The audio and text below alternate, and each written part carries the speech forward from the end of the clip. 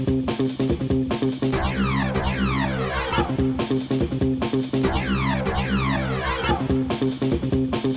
everybody, it's Johnny Two-Face here, back with another reaction video. This time reacting to HMS Victory Total Guide Part 1 by Epic History TV. Now, obviously being British myself, I already know that it's one of our most famous warships of all time, which was once famously commanded by Lord Horatio Nelson, who, at the cost of his own life, masterminded a monumentous victory at Cape Trafalgar against a combined Anglo-Spanish naval force at the Battle of Trafalgar, and still, last I heard, still classed as an active warship. So, which last I remember, it's docked in Portsmouth Dockyard. I might have got that a little bit wrong, but still, being one of our most famous warships, and known globally as one of the most famous ships of the line, or a man of war, which is the class of ship it is, but people tend to call it ship of the line. But anyway, so the usual disclaimer when I react to anything historical, if I don't show so much what is considered a proper reaction, is probably obvious. I don't know much about the subject at hand, and if I do know anything, I'll most likely pause the video to give my input or ask any curious questions, which hopefully will be answered in the comments below. With that being said, the link to the original video in the description down below. Please go and subscribe to Epic History TV, an amazing history channel here on YouTube. And without rambling on too much longer, let's get this up on screen and let's see what this guide shows us. Whoa, that's loud. 1805. Ah, here we are. Britain is at war with France. Again. The French Emperor Napoleon Bonaparte will soon dominate mainland Europe. But at sea, I believe, if I remember rightly, this was after his battle at Austerlitz, which I think is modern day Czech Republic. I'm not entirely sure.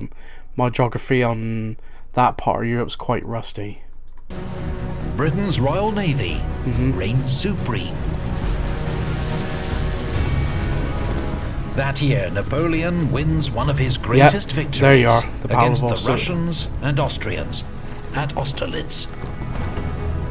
But 6 weeks earlier, off the coast of Spain, the British win a battle of much more lasting strategic significance.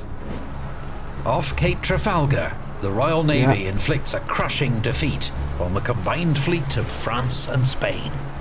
Oh yeah. Enemy losses are devastating. British naval superiority will not be seriously challenged again for the rest of the war. And just a quick side note, from what I remember watching back along, because like usually ships at this era, like, you know, 16 to 1800s, the ships, like, you know, used to like sail sail in parallel and then just open broadsides on each other.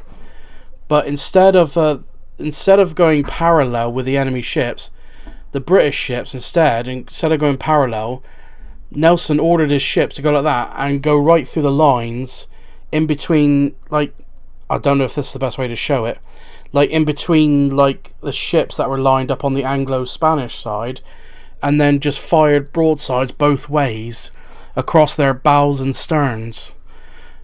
And unfortunately, I think this is it'll probably say later on in the video, or in the second video of this guide, where like Lord Nelson unfortunately was just by chance picked out by a French sharpshooter, even though he stayed conscious enough until the British won, and everyone didn't know Nelson was dead until after the battle. I hope I got that right, because that's what I remember. Britain goes on to play a leading role in Napoleon's eventual defeat.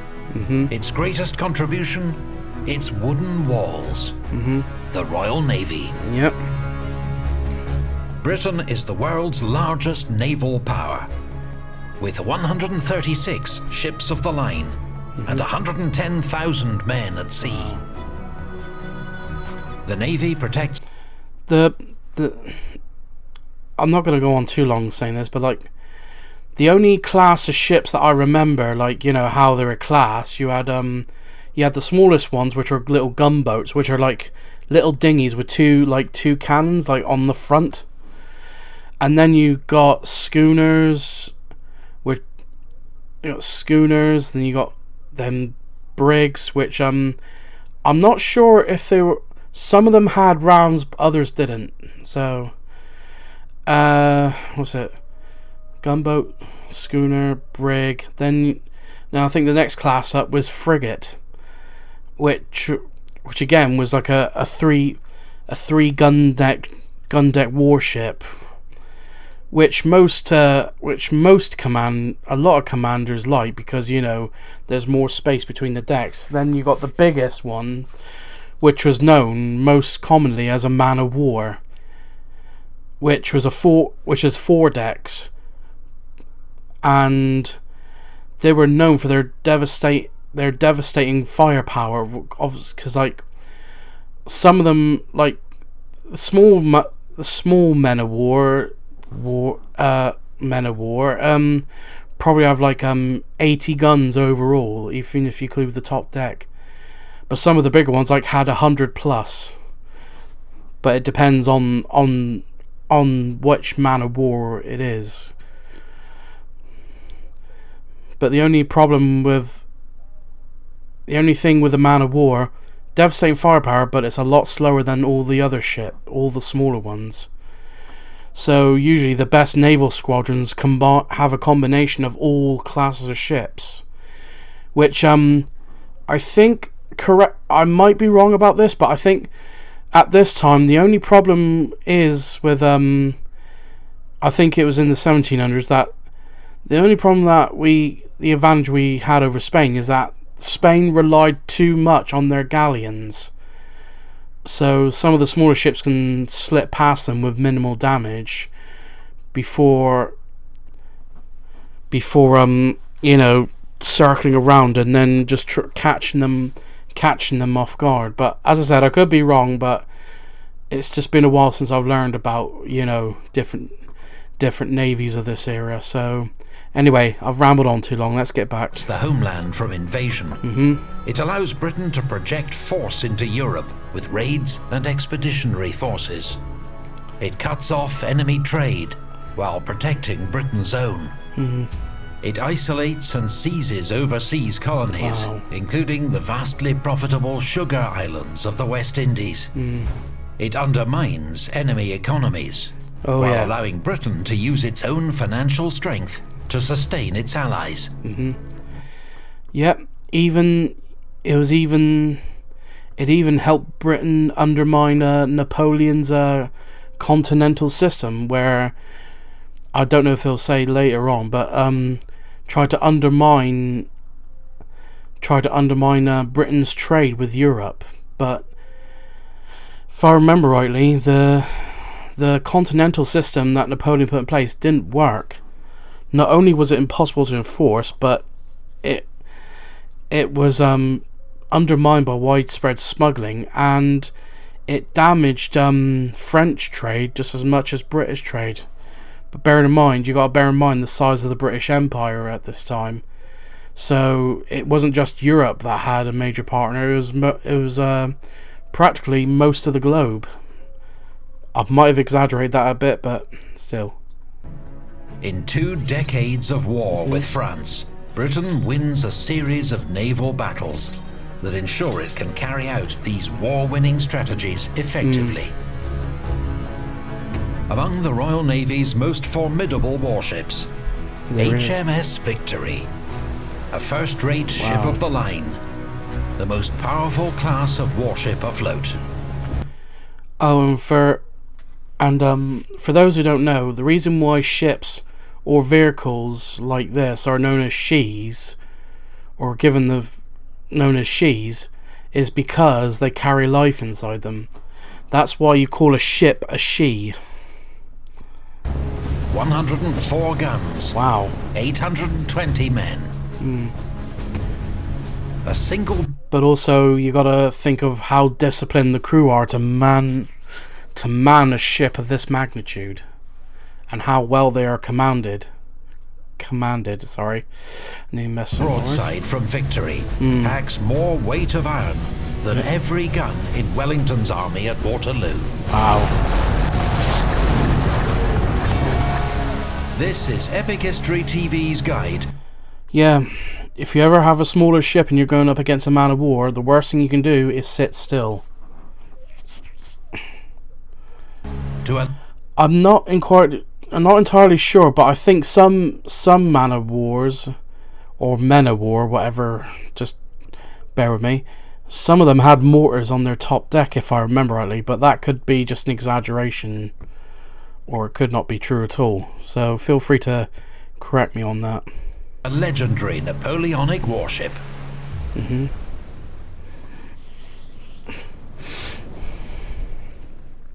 This video is sponsored by Fabulous, the #1 self-care app that helps you build better habits and achieve your goals. Some struggles many of us face on building your ideal daily routine today. The first 500 people to click on the link in our thanks to Fabulous for sponsoring this video. Feel free to check them out if you're interested. Today, HMS Victory lies in dry dock in Portsmouth on England's south coast. A famous visitor attraction and the world's oldest commissioned warship. Yep, there you go. She's a remarkable survivor from a vanished world of sail-powered warships and global struggles between Europe's great empires. Victory was built to boost British naval power at the height of one of these struggles, the 7 Years' War. Construction began at Chatham Royal Dockyard in 1759. She was designed by Sir Thomas Slade, the foremost British naval architect of the age. Wow. Around 6,000 trees went into Victory. Yikes. Most were British oak, though her lower masts were originally New England pine. Her keel was elm, her upper masts and yards more flexible, fir and spruce. The result, launched in 1765, was soon considered a masterpiece. A ship. It's amazing how many types of wood has gone into a magnificent ship like this. Okay, I'm sorry if I'm like complimenting HMS Victory a bit too much, and I might be a bit biased, but you got to admit its design is definitely well thought out, especially with a ship like this. Because I believe, I think later on in this era, some of the American ships had a big advantage, because I think it was the USS Constitution was one of their most famous, known as Old Ironsides, because every time it didn't have iron armor, not as far as I'm aware, but it had a habit. It got that nickname because every time, for example, British ships fired at it, especially at near enough point blank range, crewmen of these British ships noticed that their cannonballs just bounce off. And there's a reason for that. It's because ships like the USS Constitution was made from live oak, which if you don't know, it was only native to parts of New York at the time. I'm not sure if they were native to any other parts of the Americas, but live oak is mostly in swampland or wet marshes, so it felt right at home in the waters. So it was more formidable than normal oak. So that's when ships like USS Constitution got its name, Old Ironsides, because it was made from live oak, which made the wood stronger when it was wet because of the conditions it's naturally grown in. That's what I remember reading about, but as I said, feel free to add or correct any of that information. Ship bristling with firepower, with the speed and handling of a much lighter vessel. That's what I couldn't remember. That's what I forgot to say earlier, that it was surprisingly quick for a ship of its size. Even though it's not the biggest man of war in the entire world, but it's still one of the biggest. But surprisingly quick for its size. Victory was not completed in time to take part in the 7 Years' War. She first saw action 13 years later in the American War of Independence, leading the capture of a French convoy off Ushant. When the Revolutionary Wars broke out against France, HMS Victory was the British flagship at the Allied blockade of Toulon. Then in 1797, she was Admiral Jarvis's flagship at his great victory over the Spanish at Cape St. Vincent. Victory was by then 32 years old, Wow. far beyond her life expectancy of 18 years. Worn out, she was briefly threatened with being turned into one of Britain's notorious prison ships, known as hulks. No one would have guessed that her greatest hour still lay ahead of her. Because at the last minute, Victory was reprieved and began a major 3-year refit that cost more than she did to build. Wow. She returned to service in 1803 as Vice Admiral Nelson's flagship. 2 years later, she would lead the British attack at Trafalgar and win her place in naval legend.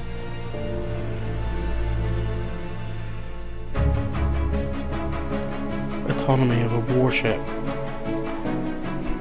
By the Napoleonic Wars, a first-rate ship of the line was the world's largest and most sophisticated weapon of war, and it needed a huge crew to work efficiently. In 1805, Victory's complement was around 820, every man and boy with his designated role.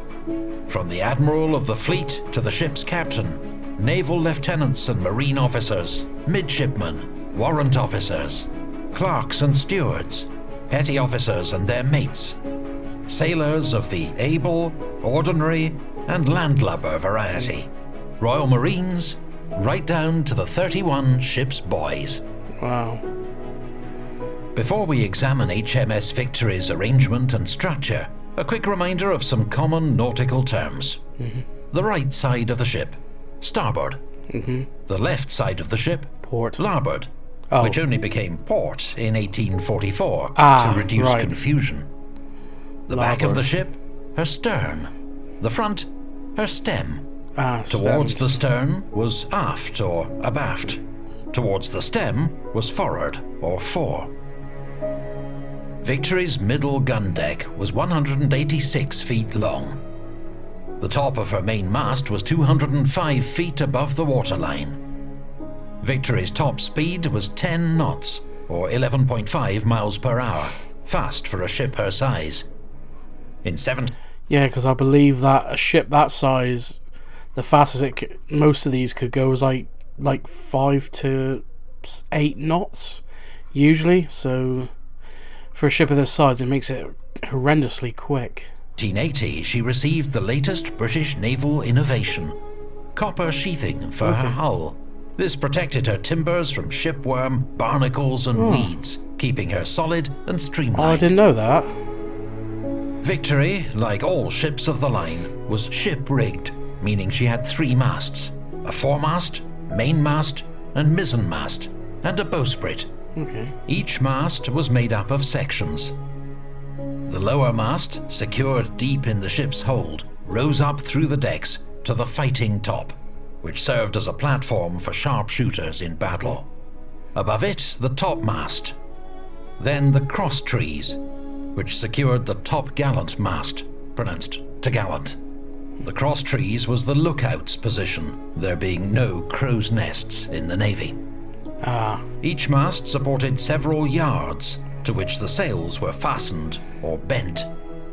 Victory's rigging, 26 miles of rope and 786 pulleys in all, came in 2 types. Standing rigging gave structural support to the masts. Forestays and backstays kept them braced fore and aft.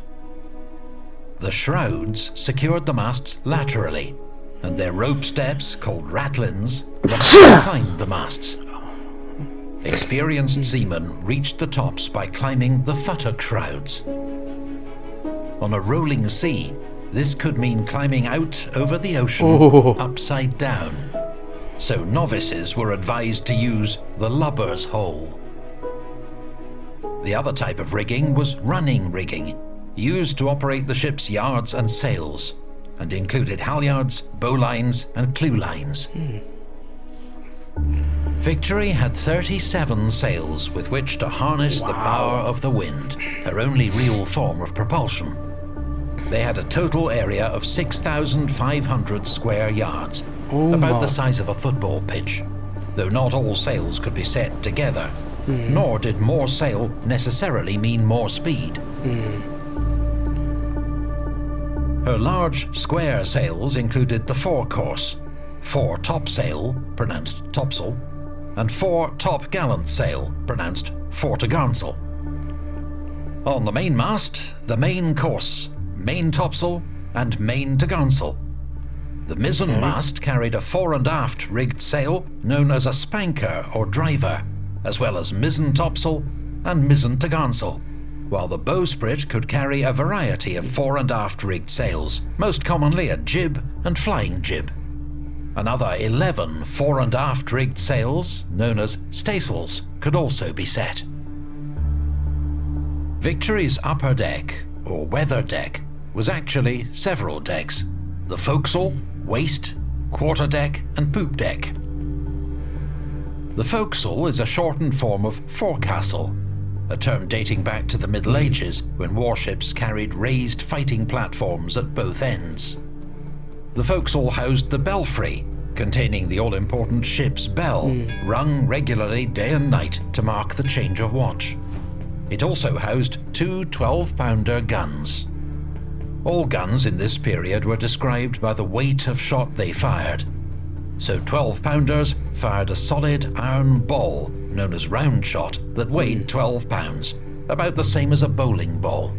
Yikes. The forecastle also mounted two 68-pounder carronades. The carronade was another British innovation, a short, large-caliber gun, fearsome at close quarters, but lacking a cannon's range or accuracy.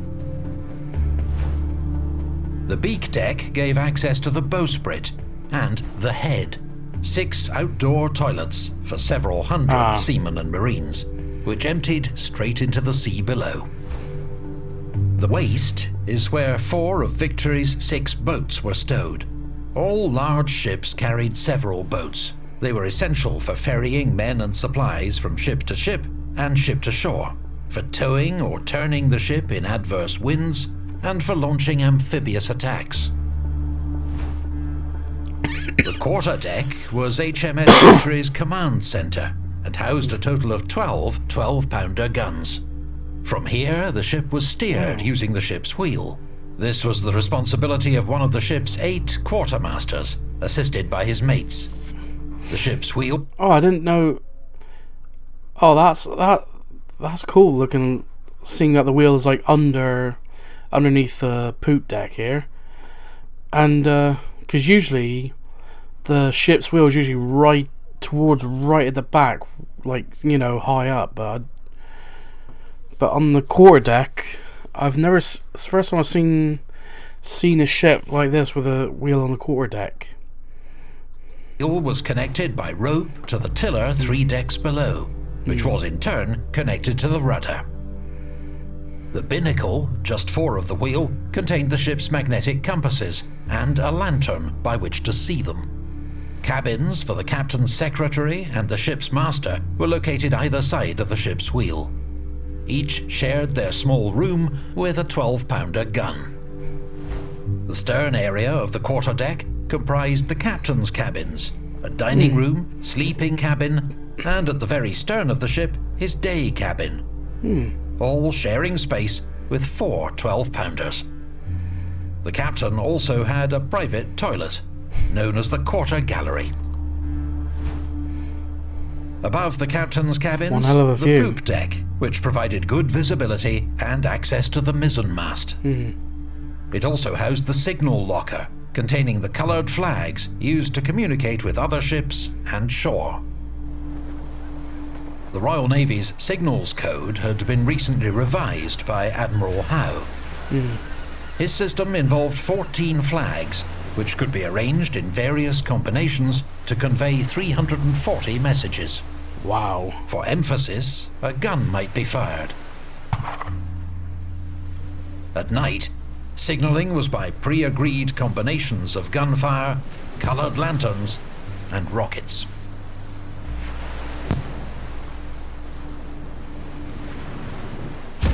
A Napoleonic ship of the line was, in essence, a giant floating gun battery designed to pulverize enemy warships and shore installations.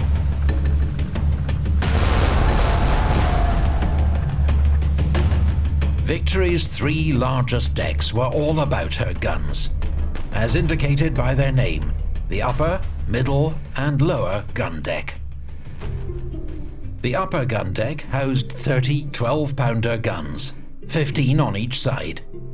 Forward in the round houses was the head for junior officers, rank bringing slightly more privacy and comfort.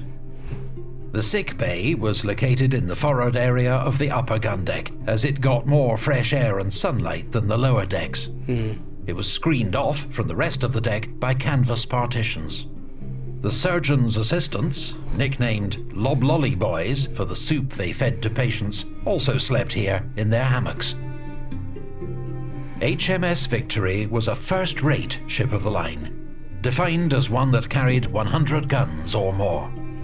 Wow. They were the most powerful vessels afloat, and so admirals often chose them as their flagships, the command vessels for a fleet or squadron.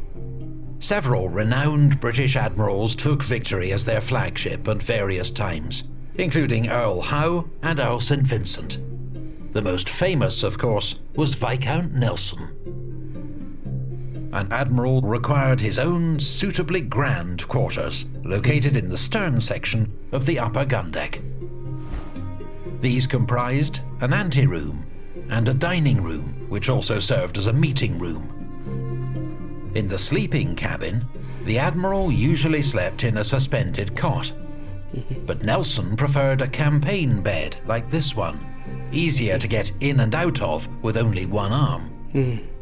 At the very stern lay the admiral's day cabin, which served as his office and private space. The admiral would spend much of his day here, submerged in the meetings, paperwork, and administration required in the running of a fleet.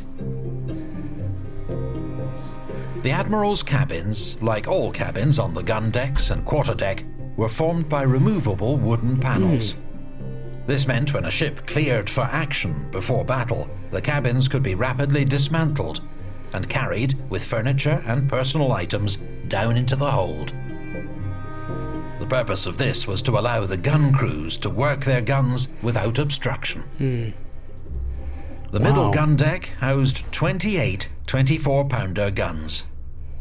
Heavier guns were lower in the ship for greater stability. Yeah, the ship's galley, a kitchen and giant iron stove, was where the ship's cook and his mates prepared meals for the crew. The stern section was known as the wardroom, where commissioned officers dined and slept. At night, around 300 sailors and marines slept on this deck, their hammocks strung up between the guns. The deck below was the lower gun deck. This housed the Victory's heaviest guns, her 30 32-pounders. Whoa, bloody hell. And at night, more than half the crew, around 460 men, slept here. This plan of HMS Bedford, a contemporary third-rate ship of the line, shows how crowded it could be below decks.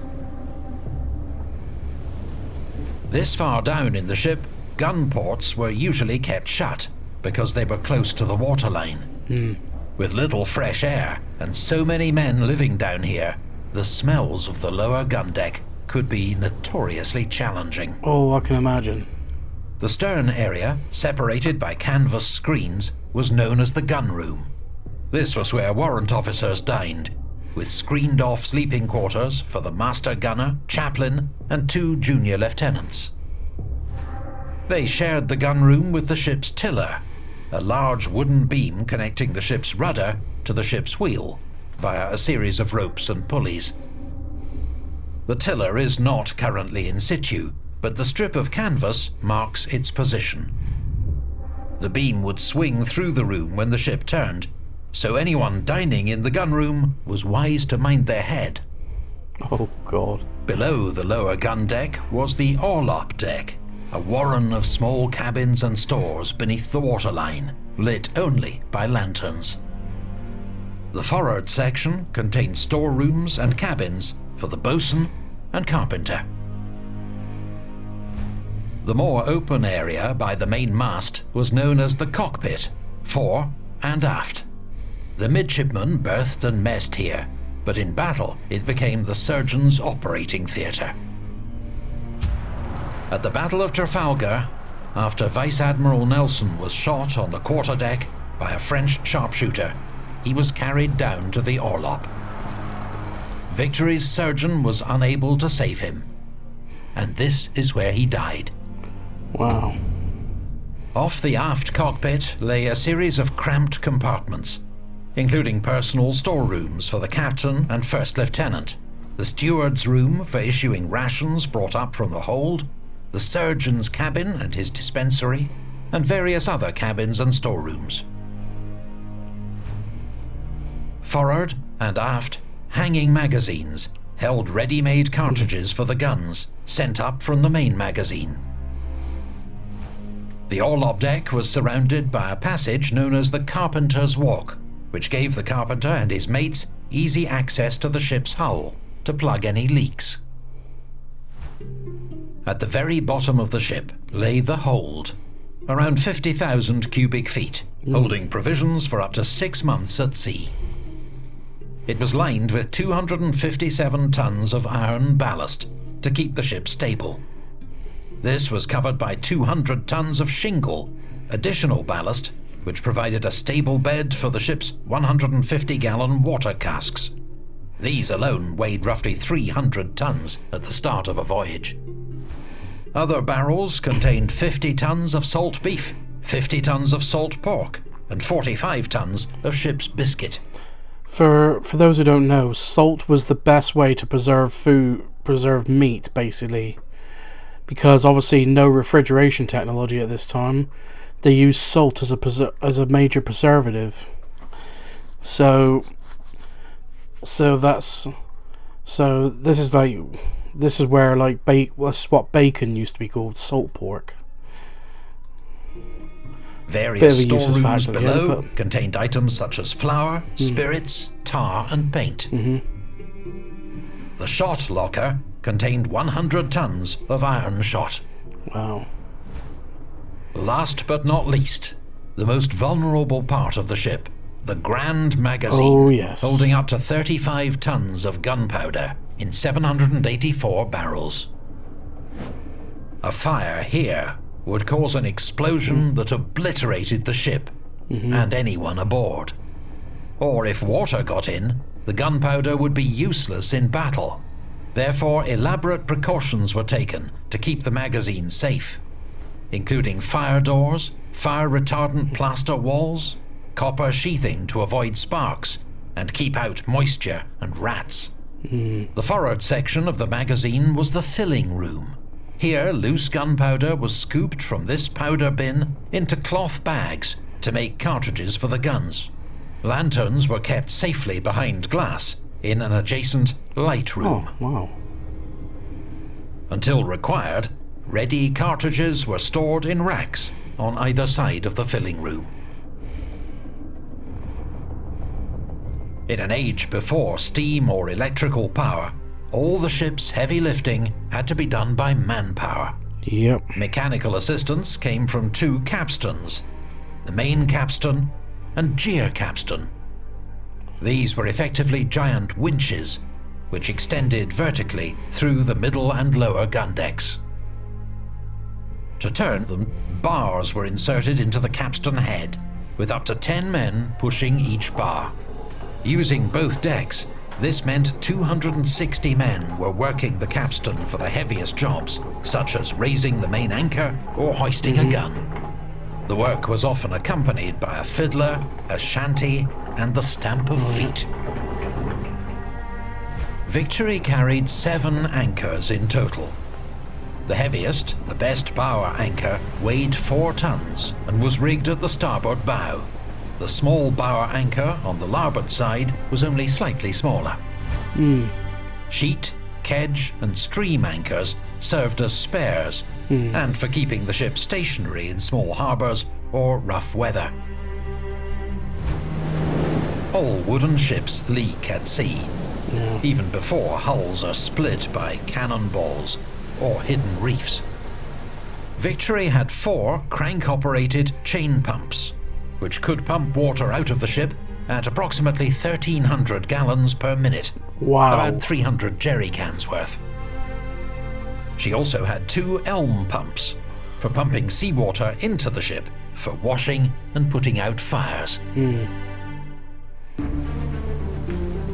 In the late 18th century, HMS Victory and ships like her were the most sophisticated and advanced machines in the world.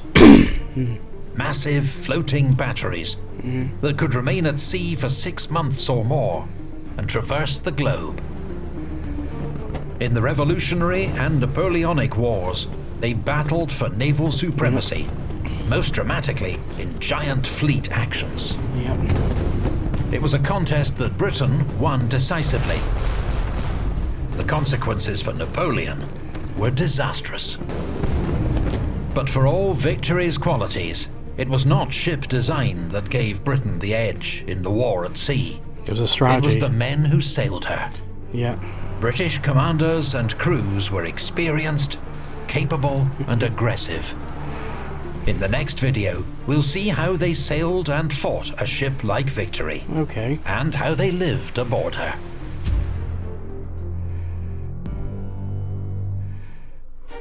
Our deep thanks to the National Museum of the Royal Navy and HMS Victory for their help in making this series. Victory is now embarking on an exciting new phase of her long and dramatic history. A major 10-year conservation project to ensure her survival far into the future. The work is guided by the latest scientific and historical research and will involve removing and replacing rotting timber and other structural repairs. And the great news is that the ship remains fully open to visitors throughout. Visit during the project, and you'll even get to see conservation work up close, with expert shipwrights on hand to explain what's happening. For more information and bookings, please visit historicdockyard.co.uk. Feel free to check that out if you're interested. Thank you. And that'll do it. This has been another interesting video by Epic History TV. And I might be a bit biased because of being British myself. This is very interesting because, like, it's really easy to underestimate how much technology goes, especially into these ships at the time they were built, and how much thought was actually put into them. But anyway, end of my rambling. If you like this reaction, please like, comment and subscribe, and I'll see you in the next video.